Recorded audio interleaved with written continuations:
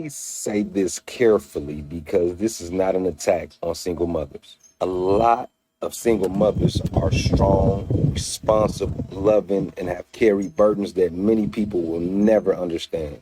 Some women had no choice. Some were abandoned. Some were betrayed. Some had to become mother, provider, protector, and emotional shelter all at once. So this is not about disrespecting single mothers, because I get it.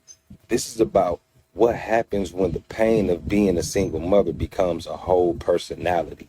Because there is a difference between saying, I am a mother who is single, and saying, I am a single mother and everything in my life must revolve around the struggle, the sacrifice, the trauma, and the independence that came with that. That mindset can become a wall. And when a woman builds her whole identity around survival, and it becomes hard for a man to love her, lead with her, or build with her, not because she has children, not because she has responsibilities, not because she has been through things, but because sometimes she has been in survival mode so long that she does not know how to receive partnership. She may say she wants a husband, but emotionally she is still operating like she is alone. She may want love, but still treat every man like he is guilty of what the last man did. She may want support, but reject leadership because leadership feels like control. She may want protection, but push away the very man trying to create safety. And that is where things get difficult, because a man who is seriously considering marriage is not just looking at pretty or beauty. He is not just looking at attraction. He is not just looking at whether he likes the kids or whether they get along.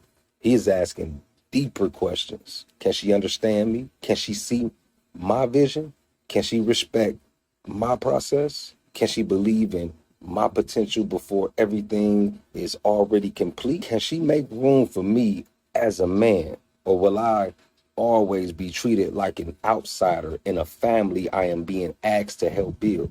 That matters, because a good man does not want to marry into a situation where he is expected to provide, protect, support, sacrifice, and show up. Still has no real place, no real voice, no real honor, no real emotional access. A man cannot build a family where he is only needed for resources but not respected for leadership. And let's be honest, some women want the benefits of a husband while still holding on to the mindset of, I don't need a man. But marriage cannot grow in that atmosphere. Marriage is not, I don't need you. Marriage is, I choose you. Marriage is not, I survive without you, so you better prove yourself forever. Marriage is, I have been through things, but I am ready to heal, trust, and build something different, greater. That is a completely different spirit. And again, this goes both ways. A man dating a woman with children has to understand that she comes with real responsibilities. Her children are not baggage. Her children are part of her life. He cannot come in insecure, jealous, selfish, or childish. He cannot demand wife treatment while refusing father-level responsibility, emotional maturity, and consistency. If he wants access to her life, he has to respect what she has carried, and vice versa. But she also has to understand him. That's where that comes into play. She has to understand that a man with vision may not be fully built yet, but he may be building. She has to understand that his potential still needs peace, respect, encouragement, and belief. She has to understand that if every conversation is about what she has been through, what she had to do alone, how strong she is, and how she does not need anybody, eventually the man start asking himself, where do I fit? Am I being loved, or am I being tested? Am I being welcomed, or am I being punished? Am I being seen as a man, or am I just being compared to the man who failed her? This is why healing is so important before marriage, because trauma can make people misread love. A woman can mistake patience for weakness. She can mistake correction for disrespect. She can mistake leadership for control. She can mistake a man's current struggle for lack of destiny. And if she cannot see past her own pain, she may miss the man God sent to help build the future she prayed for. The truth is, being single, being a single father or mother may describe your circumstances, but it should not become your ceiling.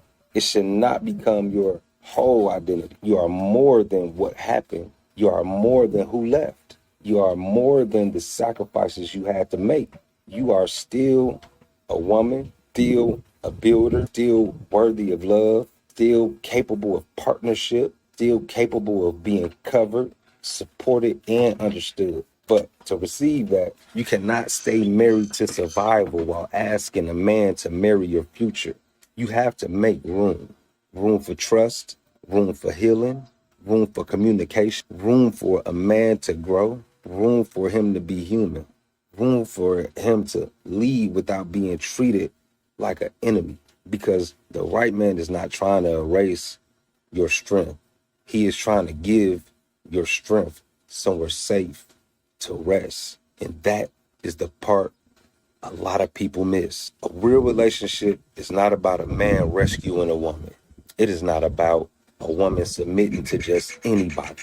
It is about two healed or healing people choosing to build with wisdom instead of wounds. So the question is not, are you a single mother? The question is, has your situation became your identity? Has your pain become your personality? Has your independence become a wall? And can you still recognize a good man when he shows up with potential, purpose, and a plan? Because marriage requires more than love. It requires vision. It requires humility. It requires understanding. And it requires both people to stop dating from their damage and start building from their wisdom. It's wisdom in the wounds.